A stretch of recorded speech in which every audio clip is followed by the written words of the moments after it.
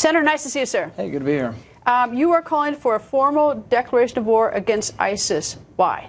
You know, our founding fathers were very clear that you don't go to war without the authority of Congress. In fact, I think the most important responsibility we have in serving in Congress is to deliberate over going to war. I can't think of anything more important, and the president's basically doing it on his own. Now, this isn't the first thing the president's decided to go on his own, but this is pretty important, and so we've introduced a declaration of war which would give the constitutional imprimatur to going to war. He should have done it 5 months ago, but even now we're going to try to force him to live by the rules of Congress. All right, the Constitution says that the Congress has the authority to declare war. That's clear. Correct. It's Article 1, Section 8. The president claims that he has authority under two things. One is the 2001 authorization passed after the 9/11 attacks that President Bush used, and the 2002 authorization sought by President George Bush for the Iraq War. That he says that he's doing it lawfully under those two. Both of those, I'd say, would be absurd contentions. Basically, in 2001, we voted for an authorization that said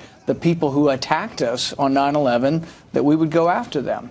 Well, this group wasn't in existence then, and this group isn't even allied with al-Qaeda. This group is at odds with al-Qaeda. So I think it's absurd. I told John Kerry that when he came before our committee. That's absurd to try to say a linkage to a war started 15 years ago against the people who attacked us on 9/11. Now, I am for doing something against ISIS. I just think we ought to do the right thing constitutionally and vote on it. My declaration of war also limits this in the sense that I don't want ground troops back there. I think the troops on the ground ought to be the people who live there.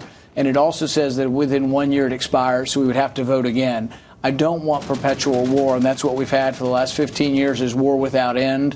I think the war would have to be renewed if we want to go on beyond a year. Is President Obama acting unlawfully now if you say that those two prior provisions are ridiculous or don't apply? Yes, absolutely. I think he has no statutory authority and no constitutional authority. The Constitution, I think, would allow, and most people say, for the repelling of an imminent attack.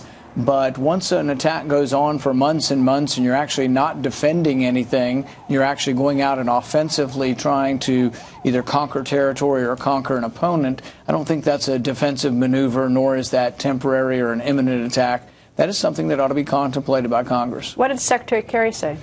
He said, which I think is absurd, he said, well, yeah, if 2001 doesn't do it, the president has Article 2 authority to do whatever he wants. I disagree with that. I think most constitutional scholars do. And I think most people in the American public do not think the president has unlimited power to go to war. What's the appetite among your colleagues in the U.S. Senate? Do you have any Democrats, first of all? It's actually something that actually doesn't split neatly along party lines. I would say there's as many Democrats as Republicans, or probably more Democrats than Republicans that actually agree with me on this. Republicans are good if it has to do with immigration or Obamacare. They say, oh, the president can't do things by himself. But when it comes to war, some Republicans will say, oh, no, the president, no matter who he is, can do whatever he wants. So some Republicans agree with John Kerry. Unlimited power to the presidency for war.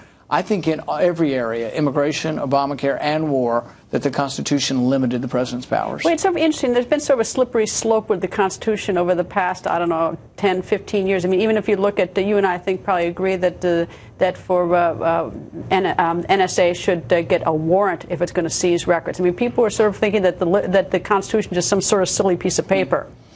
Yeah, and it's amazing that these things were written over 200 years ago, and still they apply to today. You know, the Fourth Amendment on making sure your records were secure was written because they didn't like the British soldiers having general warrants with nobody's name on it and going into your house and taking your papers. And so we really try to prevent this from happening, and it still applies today. The only difference is your papers are somehow digitalized, and sometimes other people hold your papers for you. But I don't think you relinquish a privacy interest if I let the phone company hold my records. I think those are still mine. They can't share them with my neighbor, so they shouldn't share them with the government. All right, let me turn to a trip that you took about a month ago to Ferguson, Missouri. Why did you go? Because I think that I wanted to further understand what's going on, not just in Ferguson, but in a lot of our major cities. What I sense is there's sort of an undercurrent of unease out there, that people are unhappy because of poverty, they're unhappy because of unemployment, but they're also unhappy because the criminal justice system, I think, seems to have trapped people, particularly people of color. African Americans, Hispanics are disproportionately represented in our prisons for nonviolent drug crimes. And I think because of that, there's this sense of, I'm not being treated fairly. There's a sense of anger. You see what's going on, and none of it do I condone any of what's going on in Ferguson, the violence. In fact, I was there. I suggested put out a voter registration table. I'll come help you man the table because I want more people to vote. And I think it's a way of getting people to participate. But at the same time, there is an anger out there, and we ought to understand what the anger is about. Doesn't mean we condone it, but we need to understand, is there a way to make our legal system better? A good example is in Ferguson last year, there were $2 million in petty fines. For you or I, a $100 fine might not be a big deal, but if you're poor and you have a $100 fine, then you don't pay it, and then next week it's $125, then it's $150, then it's $200. You can see how these petty fines build up, and there's an anger build up towards authorities because they're getting nickeled and dimed to death by these petty fines. Whose fault is it? I mean, when you went to Ferguson, you met with NAACP, met with African American leaders in the community, pastors. Whose fault? Who's this, or how did we get here? Well, the interesting thing is when you meet with the leaders of the community, obviously none of them want violence. In fact, many of the businesses that have been burned are owned by minority business owners. So are these people from outside? Does it get out of control? But the bottom line is I think we need to do something differently. And here's the problem. Some of this laws can't do.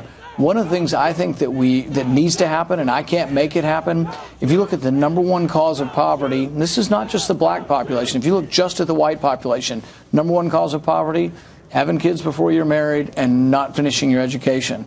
Those two things put you in this category. If you finish your education and you wait to have your children, you're in this category. Way different, like 4 times better chance of staying out of poverty, maybe 10 times better. But someone needs to talk about that. And there needs to be leaders, instead of leaders inciting violence, they need to be saying, come on, guys, you want to get ahead, you want to have a job. You got to wait to have your kids. But this isn't just a black thing. I want to make sure people aren't thinking, oh, this is a racial thing. This happens in white communities. It's happening across culture for the last 30 or 40 years. What do you think of what President Obama said last night? I think he was exhorting people to keep the peace, but meanwhile there were bombs and explosions going on simultaneously. I don't think he wants any of this either. I think there are a lot of people who don't want this but don't quite understand why it has to happen. So is he doing the right thing, though? I mean, is it enough to come out and make a statement? I don't know.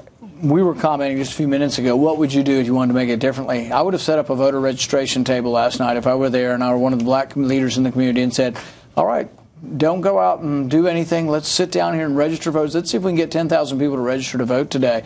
Then basically you're in charge. Then it's your city. Then you get to vote and see what you want. Absolutely. Senator, nice to see you, sir. Thank you.